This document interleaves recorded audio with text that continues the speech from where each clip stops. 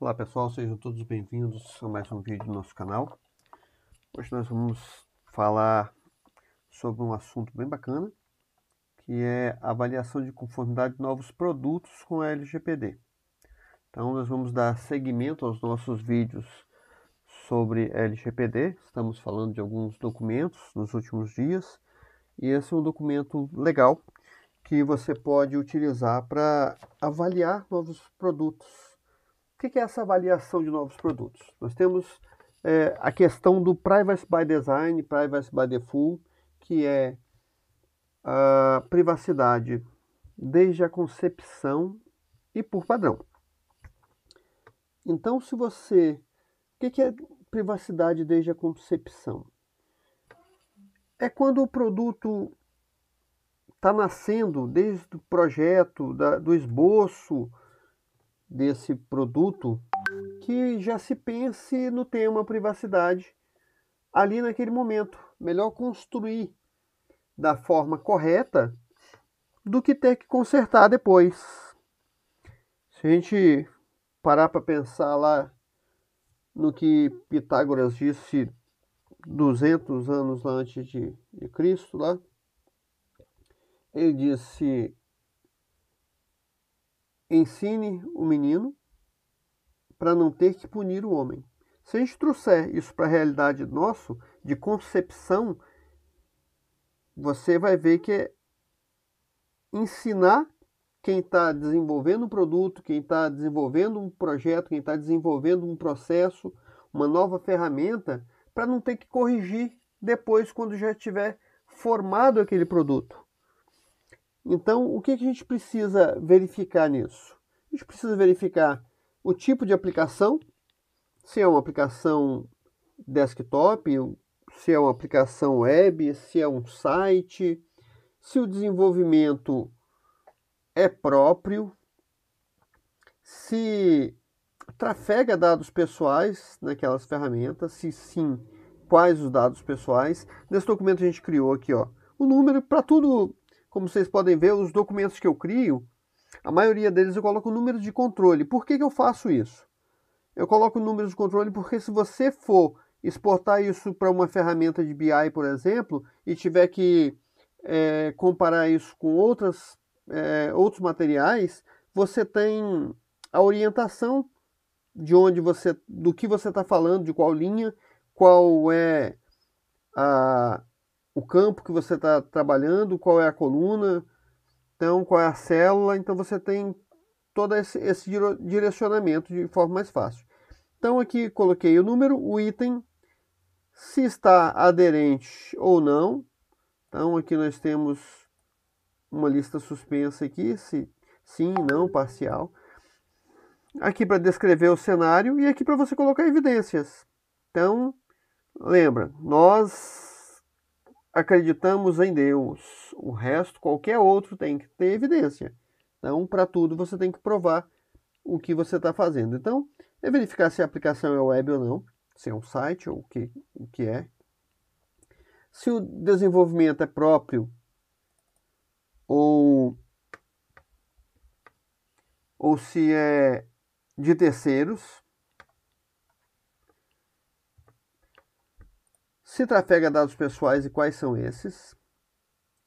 Se existe dados sensíveis trafegando nessa ferramenta. Lembrando aqui, pessoal, dados pessoais, né, como nós vimos falando desde o começo, dados pessoais são aqueles dados que identificam um titular, uma pessoa comum, uma pessoa natural, ou torna essa pessoa identificável.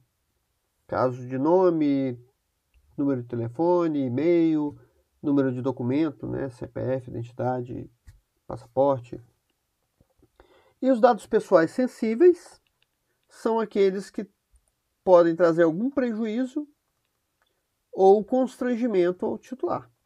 Então, se são dados de origem racial, de situação de saúde, situação financeira, credo, orientação sexual e muitas outras, que podem trazer constrangimento ou algum prejuízo.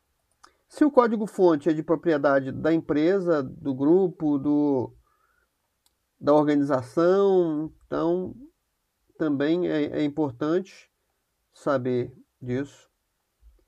Se foram tomadas ações de segurança dentro daquele produto. Se utiliza opções de mascaramento.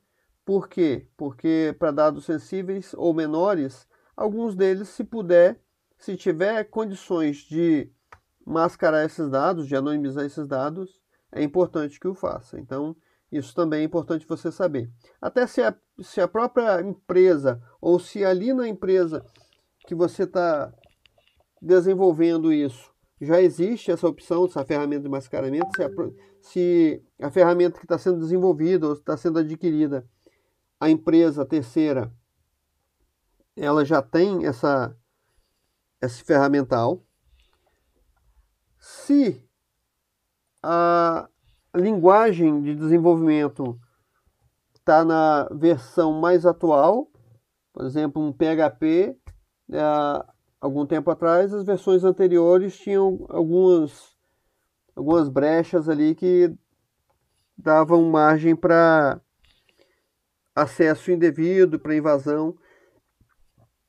Então, sempre as versões atuais, eles corrigem algumas irregularidades, algumas brechas que tem. Então, sempre utilizar a versão atual e verificar se você está adquirindo um software, se ele está numa versão de uma linguagem, precisa saber qual é a linguagem de desenvolvimento, se é uma linguagem que você confia, que você gosta, pesquise se a linguagem tem muitas falhas, muitas vulnerabilidades, se está na última versão, se a ferramenta que está sendo desenvolvida está sendo pensado em controle de acesso e como ele é feito. Se ele coleta dados pessoais através dessa ferramenta, quem vai ter acesso a esses dados? Então é importante saber e é importante controlar quem vai ter acesso a esses dados. Somente quem for realmente necessário ter acesso a esses dados deverá ser permitido o acesso. As bases que guardam esses dados são servidores on-premise ou se são servidores que estão SaaS, se estão em bases locais, se estão em nuvem. Tudo isso é importante você saber. A manutenção desse software, dessa base, é feita por funcionário de quadro próprio, se é de terceiro. Tem que verificar se o contrato cobre as questões de privacidade, se existe um plano de teste para vulnerabilidade. Nós temos aqui duas questões: vulnerabilidade no software e vulnerabilidade para as bases de dados. Então são coisas diferentes e que precisam ser testadas, então é importante que isso seja visto. Se existe conceito de segurança de ponta a ponta, ou seja, em todo o ciclo de vida, tanto do software quanto dos dados, então é preciso ter essa segurança, ou por chave de criptografia, outro tipo de segurança. Se utiliza algum tipo de conector, REST API, ODBC, JSON, ou algum outro, e se esse conector está seguindo os mesmos princípios aqui de cima, porque às vezes o conector já é um conector adquirido de terceiro, não é desenvolvimento próprio também, e tudo isso precisa saber, até os dados que estão trazendo, se aquilo que foi configurado aqui dentro, se está configurado na hora dessa conexão entre base e aplicação. Então tudo isso precisa ser levantado. Se for um site, se for uma aplicação web, coleta dados pessoais, você tem que saber disso. Precisa de consentimento, precisa de termo de uso, precisa ter o consentimento para uso de cookies. A aplicação precisa saber se usa cookies também. Tudo isso você precisa estar levantando nessas questões aqui para você não ser pego de surpresa quando houver algum tipo de vulnerabilidade, de violação, de incidente. Então, essas informações precisam ser levantadas. Se foi consultado um encarregado de dados aí, ou DPO, durante o tempo de projeto, ou seja, nesse período de concepção aqui da ferramenta ou de aquisição, se alguém, um gestor de privacidade, um DPO, um encarregado, ou alguém com know-how de privacidade de dados foi consultado. Se utilizam algum framework de segurança, framework de privacidade, algum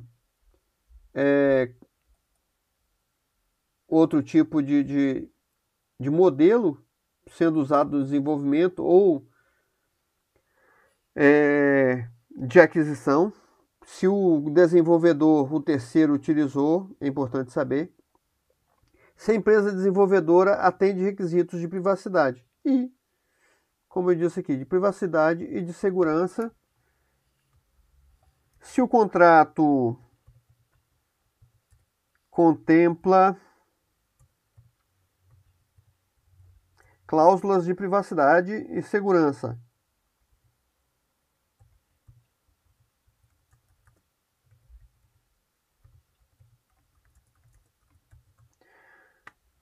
Então, isso precisa ser visto desde a concepção.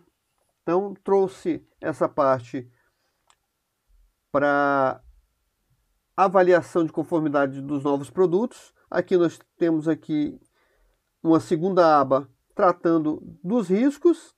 Então, se foi encontrado algum risco, mesmo que ele seja mínimo, é importante que isso seja documentado. Aqui também tem os controles. Então, é entender qual é o risco, qual é o nível desse risco, qual a probabilidade desse risco acontecer, se acontecer, o impacto que ele terá e os controles aplicados para o risco. Na terceira aba, nós mostramos aqui os conceitos que nós trouxemos. Então, para quando for preencher esse documento e fazer essa avaliação, você já tem em mente o que são dados pessoais, o que são dados pessoais sensíveis, dados de menores, quem é o titular, o controlador, o operador, a Autoridade Nacional de Proteção de Dados, o que é tratamento de dados, o que são riscos, o nível do risco, o impacto, a probabilidade, o controle, a mitigação, eliminação ou aceitação do risco. Então, para esses controles aqui, eles vão ter 3 formas de aplicação. Ou você mitiga o risco, ou você elimina esse risco, ou você entende que esse risco vai acontecer, mas não vale a pena tratá-lo agora, ou você não tem como tratá-lo agora e vai deixar para tratar se ocorrer o risco. Então você tem que já pensar em todos esses conceitos, ok? Nós vamos ficar com esse vídeo por aqui. Espero que façam um bom uso dessa ferramenta. Se precisarem do modelo, é só me pedirem por e-mail. Vou ter todo o prazer em atendê-los. Se tiverem alguma dúvida nesse tipo de avaliação, também entre em contato. Vou ter todo o prazer em ajudá-los. Espero vê-los no próximo vídeo. Espero que curtam. Se inscrevam no canal. Acionem o sininho para receberem as notificações. Ok? Estou à disposição e vejo vocês no próximo vídeo. Um forte abraço a todos.